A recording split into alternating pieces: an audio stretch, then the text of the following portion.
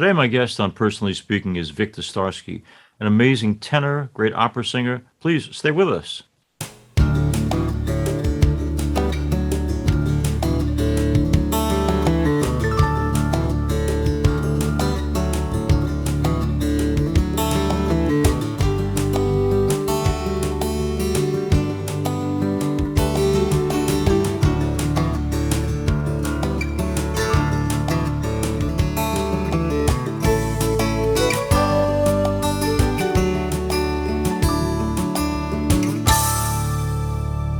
Hello and welcome to Personally Speaking. I'm your host, Msgr Lisante, and tenor Victor Starsky joins me now.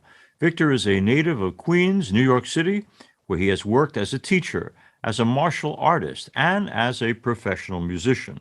He was a participant in the 2019 Merola Opera Program and a 2020 San Francisco Opera Adler Fellow. Victor performed the role of Lieutenant B.F. Pinkerton in Madame Butterfly with Long Island Opera and made his role debut as the Duke in Verdi's Rigoletto at Opera Modesto. In February 2020, Victor performed the role of Don Jose in his company debut with Opera Tampa. Opera Today wrote, quote, "Victor Starsky's Don Jose is terrifying and compelling with a voice that performs vocal acrobatics with strength and beauty that remains undiminished through his final line."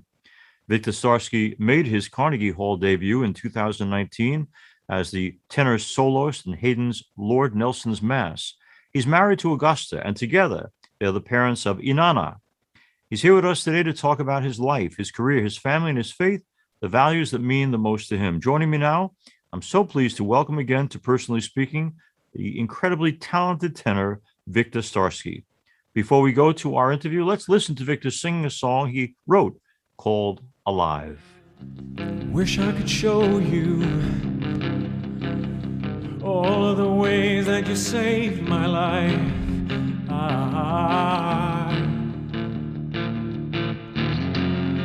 You are everything to me. With you I'll always be alive.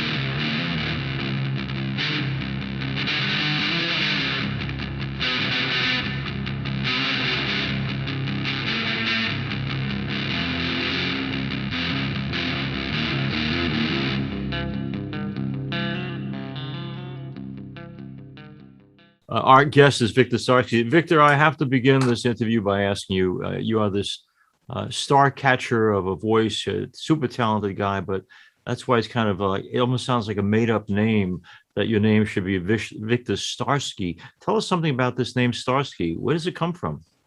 Well, my father was born Victor Stryharsky. My mother was born Paula Palumbo. Okay. So over the course of their lives, I think they felt that they needed to redefine who they were as people. So I'm actually the firstborn Starsky. I'm the only Starsky on the birth certificate in my family. Oh. And my daughter, our firstborn, she is the second trueborn Starsky. So Okay. we're almost popping out of nowhere in the family tree. Now, Daddy's original name, Russian background? Russian, Ukrainian, we believe. We've done a little bit of research on the genealogy of the family, but it's unknown. A lot of the family came to the United States about 3 generations ago, Mm-hmm. and it's a hodgepodge of the Slavic countries on my father's side, and his mother was Irish, 100%. So Wow. we have What a interesting great combination. combos. Yeah. Now, the Palumbo family, when you trace it back in Italy, do you know where in Italy they come from? We have family currently that lives in Eboli, but our main hubs appear to be Naples and Sicily. Okay. So I say that with my foot in my mouth, because if you tell a Sicilian that they're from Italy, then then you're in big trouble. They tend to disagree. Some years ago, I had the opportunity to travel south to Ferrandina in the province of Potenza in the state of Basilicata, which is where the Lisantes came from 3 generations ago. And it was Wow. great. Have you had a chance to go back to any of your roots and see the places you came from? I had the amazing opportunity to go to Rome in I think it was 2010 with my mother and father for their 25th wedding anniversary. Oh, that's It great. was a beautiful trip, and I sang in Italy 2018. It was a couple of months after my daughter was born, and I sang in this beautiful very, very small town outside of Perugia called Narni. It's where who is the author of the Chronicles of Narnia? Remind me, please, because I can't remember his name. Tolkien? Not Tolkien? Oh no, no, it wasn't. Not Tolkien. He was a priest, actually, wasn't he? It wasn't. We're not talking about the fellow we interviewed last week. The guy who was the most reluctant convert. Oh, C.S. Lewis? No. C.S. Lewis, exactly. C.S. Lewis, yes. Oh, that's what Exactly. I thought. Okay. Yeah. So he visited this town, which is a almost completely preserved first century Roman village. It's like you can see the aqueducts, the cobblestones, the housing. It's just unbelievable. It's like stepping back in time. And I went there to sing La Traviata in their Teatro Comunale. It was an unbelievable experience. So cool. I've had the opportunity, Victor, to hear you sing in Italian, obviously, slices of opera. I mentioned that because your Italian is so excellent. Did you grow up with Italian, or did you teach yourself? I grew up with, I guess, what you would call a dialectical Italian, an Italian American that was a smashing together of Brooklynese, Sicilian Neapolitan gobbledygook, which was basically what I heard growing up. And when I went for my first Italian class, my parents actually did send me to study Italian for a little while when I was younger. When I went for my first Italian class, almost everything I knew did not exist in the textbooks.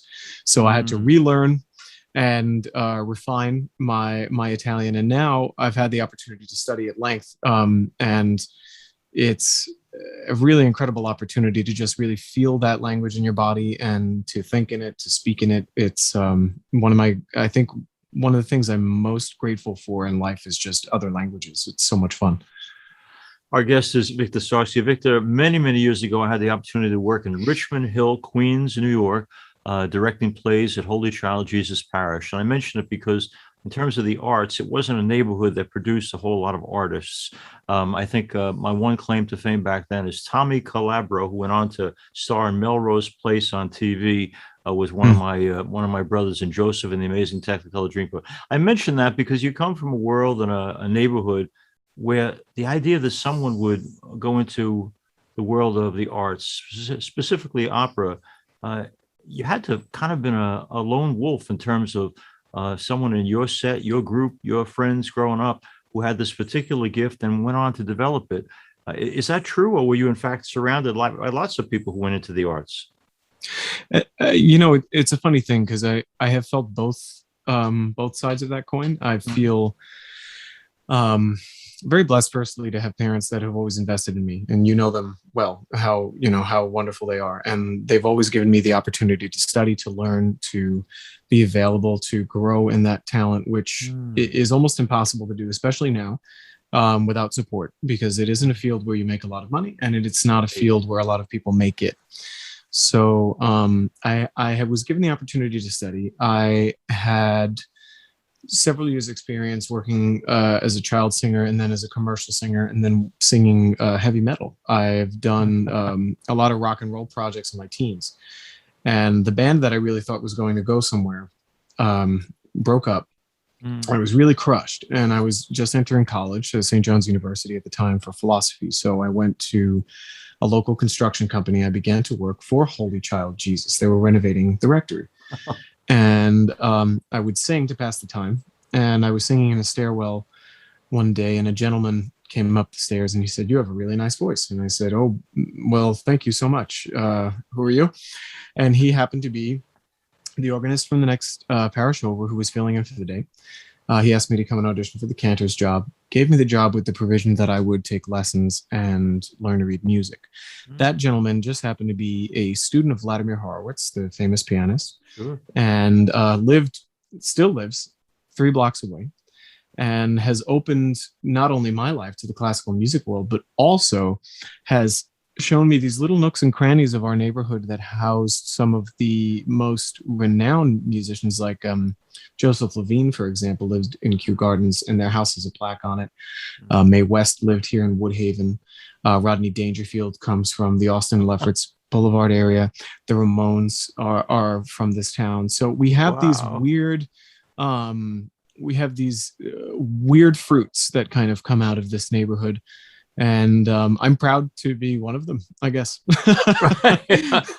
Now let's go back to the family story for a second. Again, Sure. In my experience, most parents love when their kids have avocations like music or the arts or acting, but to do it for real, for life, is a little bit frightening, because every parent wants their child to have security.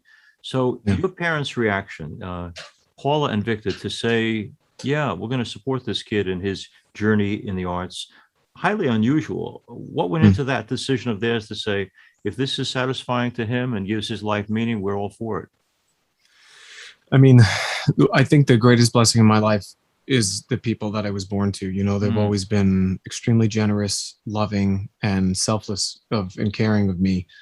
And when I was young, at 7 years old, I started doing commercial work, and through a series of always happenstance kind of events, which seems to be kind of how I wind up in things all over, left and right. And when I would get work, they would defer to me. Even when I was really little, they would say, "Do you want to do it? You can always tell us when you want to stop." And that kind of love, that kind of respect is so, it's such a treasure. And, for every year after, including, college, when I chose to drop out of music school without a degree because I was getting roles, and my career and my scholastic time were kind of warring with each other. The school was warring with me to stay in school, but I knew that I had to jump on the resume train and just build and build and build in order to get somewhere. They never stood in my way. They always deferred to my intuition. And as my mom has always said, he marches to the beat of a different drum. So I think they understand that I am not for the cookie cutter, system, and they just have always respected that. So for that, I think I'm going to be grateful and beholden to them for the rest of my life.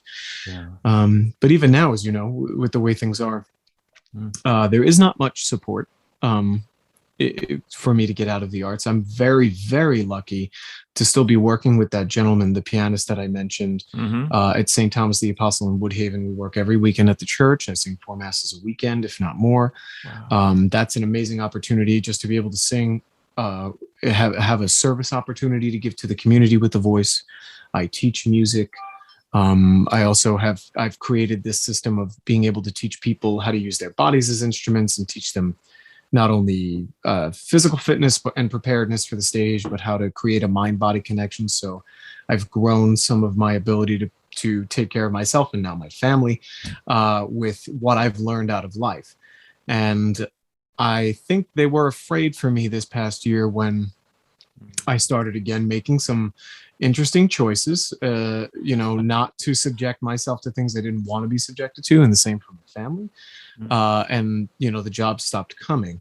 So I was able to not only continue with the other, side projects that I have, but also invest in craftsmanship. I've done some maintenance, some handiwork, carpentry, painting, I love Da Vinci, right? Leonardo da Vinci was a man of many abilities and always kept his, 8 limbs flying and doing different things. And, I think as long as I'm alive and healthy, they're okay. They continue to pray for me and just make sure that I know I'm loved and that I always have a place to come home to. They're the best. They really are. I know Victor Starsky is our guest. Victor Starsky is our guest. Victor, years ago, I read the autobiography of Katharine Hepburn, the wonderful actress, and and she addresses the question of family life and says, as an actor, as an artist, she said, we are fundamentally selfish people. And she said, I know I am too selfish to have been a good wife or a good mother. Therefore, I didn't marry, I didn't have children. You are an artist, and you have chosen to be both a married man and a daddy. How in the world does one balance raising up a career in the arts and also raising up a family? I think that the fatherhood aspect, my daughter now, deferring to her in the way that my parents deferred to me, is the best hope at balance I could ever have. Because if I just, they're so beautiful, right? Children are just the most pure and wonderful aspect of life, in my opinion. Just seeing children express joy and seeing them learn, and letting them feel loved and safe. I mean, what is more important than that? I don't know. And I've been doing the music thing. A lot of people haven't really been in the arts for as long as I have, and I don't mean to say that to be proud. I've been doing it for 23 years. So, that's longer than most. Most people have to wait until they're about in their mid-20s to even start their career. But I've had the long haul perspective of this will come, this will go, it will change form, it will have, the opportunities will sometimes be there and sometimes they won't. So when you find yourself kind of lonely and searching for meaning in life, when I found myself in that place, I prayed very heavily. I actually asked my grandmother, when by the time I was about 24 years old, I hit a wall with my selfish living. And I was really doing a number on myself and a lot of other people. So I prayed pretty hard, and I asked my grandmother, what's it all about? She said, give it over to God and let him guide you. So on that path, which unfolded in many complex ways, I realized that I had to ask for a vocation. And I asked God if he wanted me to serve in some type of clerical way. You made a joke about my monastic beard, but I really did think about joining an order. I thought about maybe joining the Benedictines for some time. And I said, either tell me if I should be a man of the cloth or tell me if I should be a father. And God told me that I should be a father. And I met my now wife, and we got pregnant within 8 months of meeting each other. And our beautiful daughter was born in 2018. And ever since then, it's like, as long as I have work that provides for them, that's all I really care about. I don't particularly want to be famous. I don't want to fly around and chase after it anymore, because it gets tiresome, and you become a servant to it. It doesn't necessarily serve you. So I have now the opportunity to rebalance and rethink how I want my center to be. And I choose my family every day to be that center for me. Yeah. And as long as I keep it there, what I should do with my career becomes really obvious. And I don't regret that in any way. I think there are some parents in the arts that would back me up on that, but it takes a different perspective to be able to get to that point. Victor, I think I've shared this with you before, that it's my habit to most weekends celebrating weddings to find out why, like, of the billions of people that person could marry, why is this the one? When you look back on the relationship with your wife, Augusta, why did you know there might be another billion women out there I could marry, but this is the one God intended for me? How does one know? It's a great question. And I think I could probably learn a little bit from you about, how other people have spoken about it. I met my wife backstage at Carnegie Hall. I had taken like a year and a half off from singing at this point in my life. And it was around this time I was telling you about looking for meaning. And the first gig I got back was Carnegie Hall. So, I'm backstage. I walk through the doors and I see this woman standing all the way at the far end of the hall. And she's kind of got this bluish aura about her. I kid you not. I mean, I was looking at her and I was so attracted to this shine that was coming out of her from the inside. And at that time, I had been kind of practicing. I had been practicing something that I heard of called chastity of the eyes, where you try not to look at a person physically. You look at them here to try to see more about what's inside. Right. I had definitely been misled physically in my life and was looking for something deeper. So I see this person and I see this thing radiating out of her, and I just found myself standing in front of her. And we started a conversation, and that conversation, I don't really even remember what it was about, but I just remember being so drawn to her. And I tried to ask her out on a date that night, and she was totally disinterested. So about a month later, I found out that she had recommended me for an audition. I went in, I auditioned, I got the part. And I texted her and I said, thank you for recommending me. I got the part. Can I thank you by taking you out to dinner? I took her out to dinner. We've been together ever since. Our relationship from that point on was heavily long distance because she was also an artist. She sang at the Metropolitan Opera, and we were both gigging for long periods of time. And it was a time where I got to invest in her emotionally, spiritually, and mentally, but not physically. I was trying to seek the soul in this person and connect my soul to her soul without need of physical comfort or attention. Right. And I said, God, if you really want me to be with this person, just show me.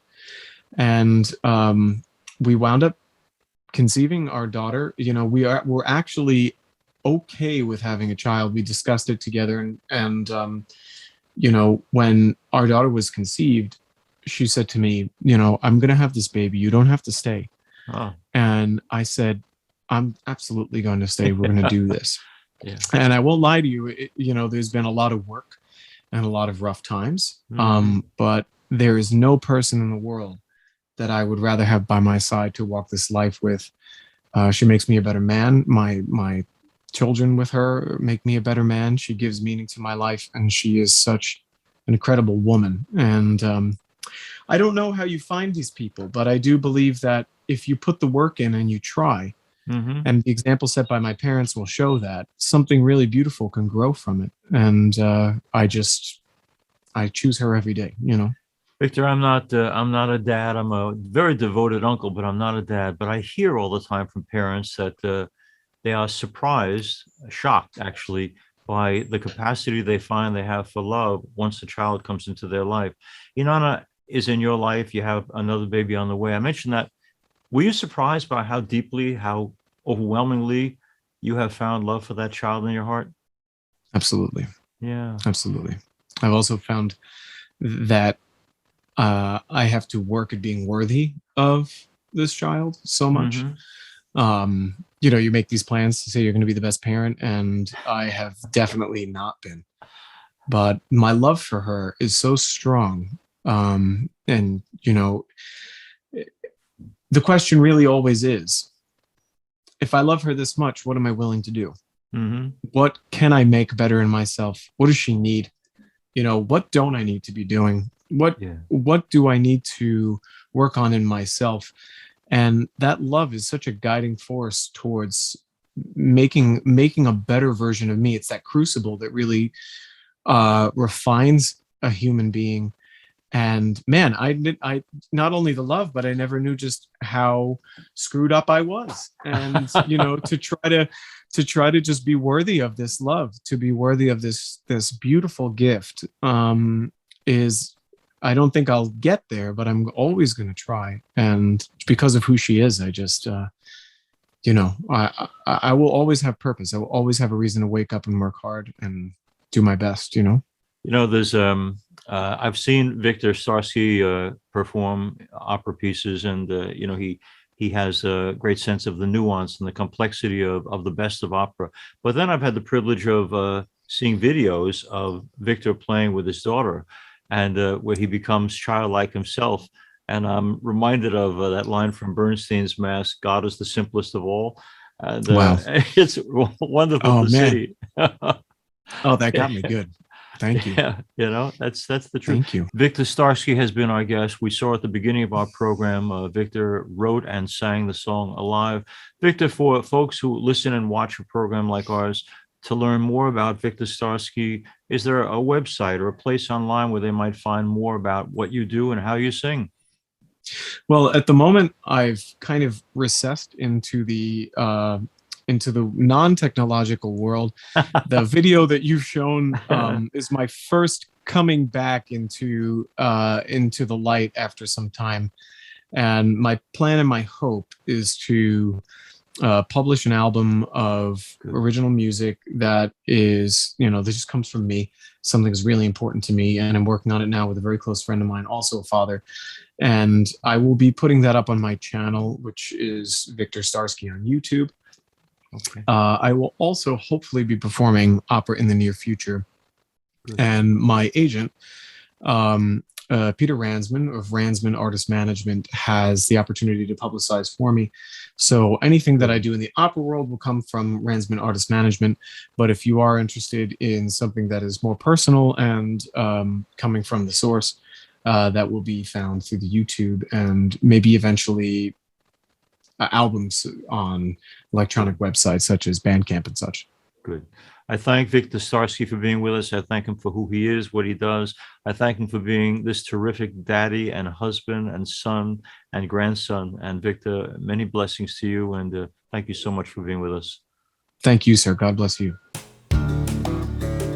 As we end today's program, I want to thank you all for being with us. If you have any questions or comments, you can reach me at personallyspeakingpodcast@gmail.com. You can also get past programs as well as our current programs on YouTube by going to Personally Speaking with Msgr Jim Lisante. Please don't forget to click like and subscribe. You can also find our shows at personallyspeakingpodcast.buzzsprout.com or www.closeencountertv.com or www.ollmp.org. Personally Speaking is also on Facebook at Personally Speaking with Msgr Jim Lisante. We're also now on Instagram at Personally Speaking Podcast. Please share and let others know about Personally Speaking. I want to thank, if I can, all of those involved in the support of Personally Speaking. I'm privileged to serve as host and executive producer of Personally Speaking. Our producer is Lisa Jandovitz. Thanks so much for joining us. We'll be with you again next time on Personally Speaking.